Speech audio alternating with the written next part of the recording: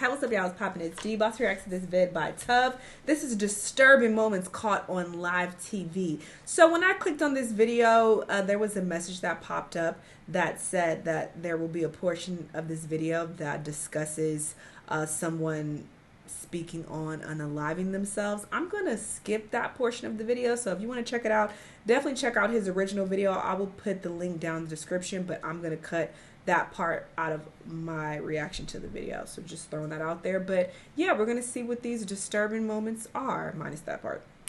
Lee Harvey Oswald. Lee Harvey Oswald is a name known by It was many the first because it's story, by the way. associated with the tragic assassination of President John F. Kennedy. Oswald is alleged to have made the deadly shot on November 22nd, 1963 in Dallas, Texas, as President Kennedy rode in his open car motorcade. The 24-year-old was set for trial on November 24th, 1963, but was shot and killed before it ensued. His case then became full of speculation, with some believing that he indeed shot the president while others argued otherwise. Evidence in support of his conviction was that on the day of the assassination, he had been seen on the 6th floor of the work building with an assault rifle. He was seen leaving the scene of the shooting, and a police officer, J.D. Tippit, confronted him some distance away from the shooting. This was still less than an hour after the shooting. He's alleged to have shot the police officer and fled. On the other hand, evidence against his conviction is, for example, the conclusion by the House of Representatives Assassination Committee in 1979 that another shooter might have been involved in the assassination. About 30 minutes after the officer was shot, Oswald was arrested at the Texas Theater in the Dallas suburb of Oak Cliff. He was formally arrested the next day, November 23rd, for the numbers of President Kennedy and Officer Tippit. A day later, on November 24th,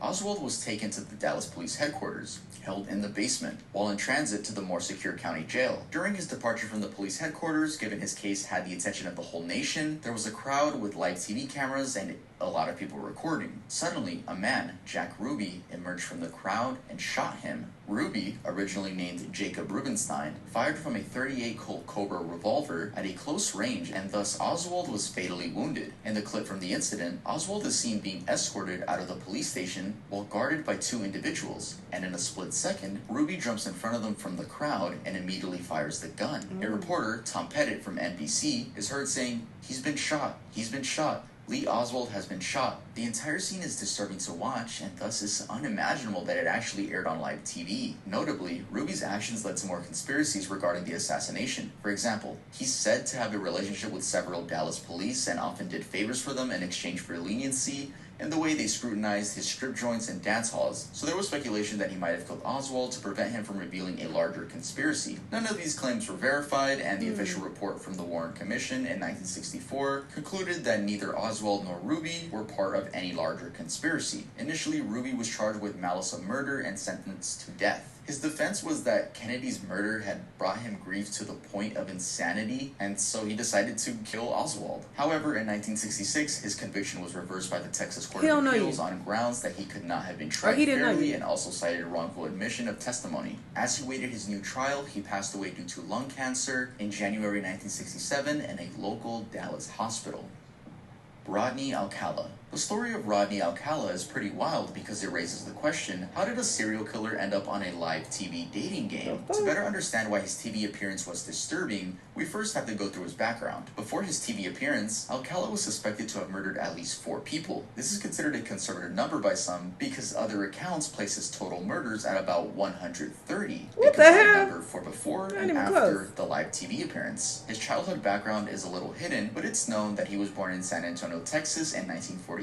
He moved with his family to Mexico when he was 8 years old, and then 3 years later, he moved with his mother back to suburban Los Angeles. His father had abandoned them after just 3 years in Mexico. He then joined the army as a clerk at age 17, but was medically discharged. He had a nervous breakdown and was dismissed on mental health grounds. Also, he was brilliant, with an IQ of 135, and even managed to attend UCLA, and later New York University studying film. In 1969, age 25, Alcala attempted his first kill. The victim was Tali Shapiro, an 8-year-old girl he lured into his apartment in Hollywood. The incident happened on September 25th in 1969 when Shapiro, then a second grader, was walking along Hollywood Sunset Boulevard and accepted a ride from Alcala, who lied about knowing her parents. A good Samaritan who saw the abduction followed Alcala to his apartment and then called the police. Officers came and tried to get Alcala to open up unsuccessfully, so they busted down the door and found Shapiro on the floor with severe injuries. Alcala had escaped via the back door. This was the first time Alcala showcased his killing signature: beating,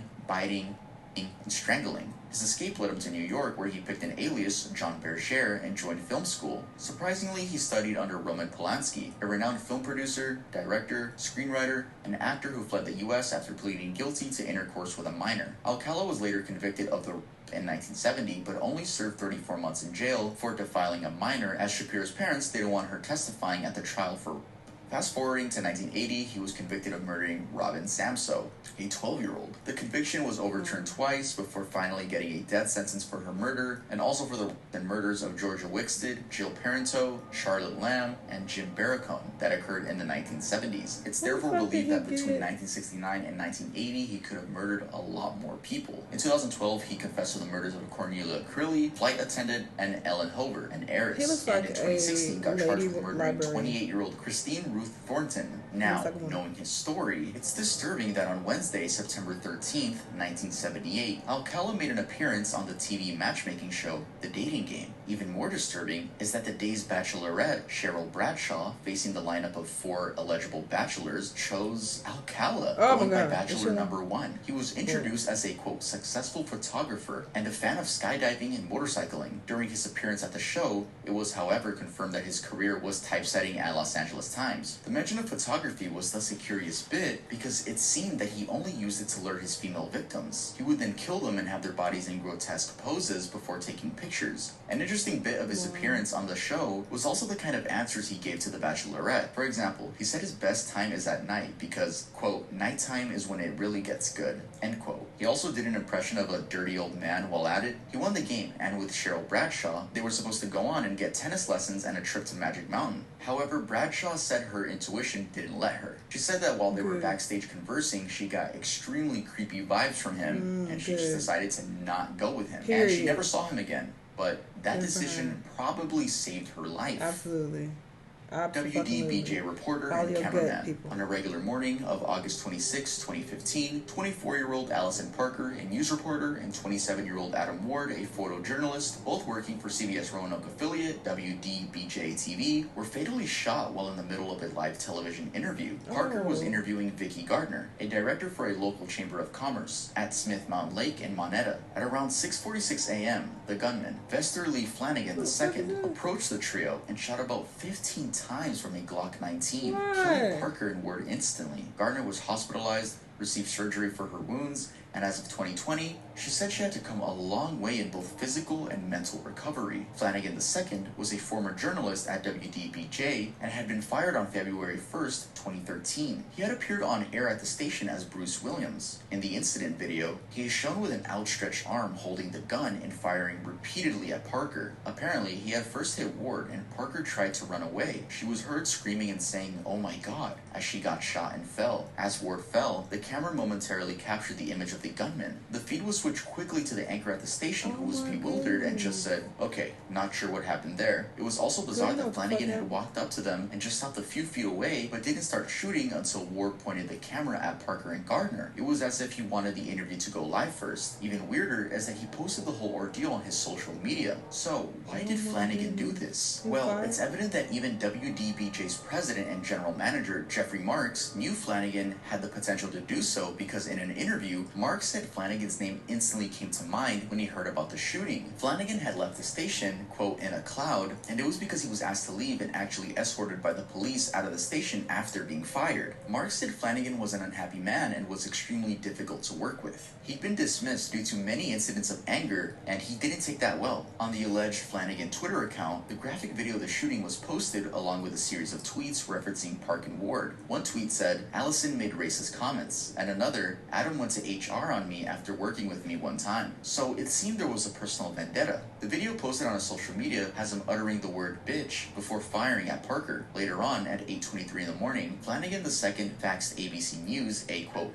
note for friends and family, and then called him at 10 a.m. to confess. The authorities managed to track him down using his phone as he tried fleeing using a rented Chevrolet Sonic on the I-81 and then I-86. A trooper tried to stop him after an automatic license plate reader identified the car, but Flanagan sped off. He ran off the side of the road and struck an embankment near Markham, Virginia. He was found in the car with gunshot wounds. They airlifted him to a hospital in Falls Church, but he succumbed to the injuries and was declared dead at 1:26 p.m. Carl Wallenda. Right. Performing death-defying acts is nothing new to TV, but there's always a chance that something could go wrong. This is exactly what happened to 73-year-old Carl Wallenda on March 22nd, 1978. While walking a wire and with live television broadcast covering the act, the world watched in horror as he fell 100 feet to his death. He landed on a taxi and bounced onto the pavement. Wallenda wasn't new to walking on a tightrope and already had built a great reputation as a daredevil in doing similar stunts. The German-born performer was raised in a circus family and started learning stunts as a young child. By the time he was in his teens, in 1922, he started the Flying Wallendas, a group that did the traveling balancing act. The group consisted of Herman, his brother, Helen Kreis, his girlfriend, later his wife, and Joseph Geiger, a friend from school. All these individuals had circus training. They toured Europe a lot in their earlier years, garnering a reputation that had them even referred to as the Great Wallendas. They specialized in walking tightropes, high-wire bicycling, and the four-man pyramid act. They eventually moved to America under the wing of John Ringling, an American circus entrepreneur. Their debut in the US was at Madison Square Garden in New York City, where they got a standing ovation. They got so famous so quickly that Wallenda's reputation preceded him. One of their most memorable acts was a death-defying 7-person, 3-tier pyramid tightrope walk, with the highest person balancing on a chair. Their success was, however, not riddled with danger. Before Carl Wallenda's deadly fall, the crew had witnessed other deaths. For example, in 1962, at the Shrine Circus in Detroit, their 7-person pyramid collapsed after the front man wavered. 3 of the crew died: Wallenda's son-in-law, tightrope partner, and nephew. Wallenda's son got paralyzed from the waist down, while the niece had a serious head injury. Just a year later, Wallenda's sister-in-law fell to her death from a tightrope. Also, just a few years later, another son-in-law died from electrocution after grabbing a live wire while doing a stunt. It seems all these deaths were seen as less compared to the success he got. For example, setting the world high wire record by walking 1,800 feet across Kings Island. He also did a high-wire walk across the Tallulah Gorge. On the day he fell to his death, he was in San Juan, Puerto Rico, for a performance to attract his audience to the Pan American Circus performance that he was to do with his 17-year-old granddaughter, Rita. The stunt was held at beachfront hotels, where a 750-foot-long cable was strung between Flamboyant Hotel and Condado Plaza Hotel. About halfway through the wire, he struggled against high winds and started teetering. This lasted for about 30 seconds before he fell. A local news crew, San Juan Star, was recording the performance for broadcast. Jane Baird, the reporter, said that around the midpoint, the wire was, quote, dancing underneath him. Members of his crew who were holding the guide wires yelled at him to sit, Poppy, sit, but as he tried to squat, he was blown off the wire. His death was attributed to multiple fractures and traumas. This, however, wasn't the end of his legacy, since his great-grandson, Nick Wallenda, kept performing insane stunts and even went back to the same location where Wallenda died just to do the same act and successfully completed. I mean, R.I.P. I would like to feel sorry for you and all, but why? Why would you do this? What? And they couldn't have anything under you guys? Anything at all to cushion the fall? Especially after people already past doing that? I don't get it. I don't understand it.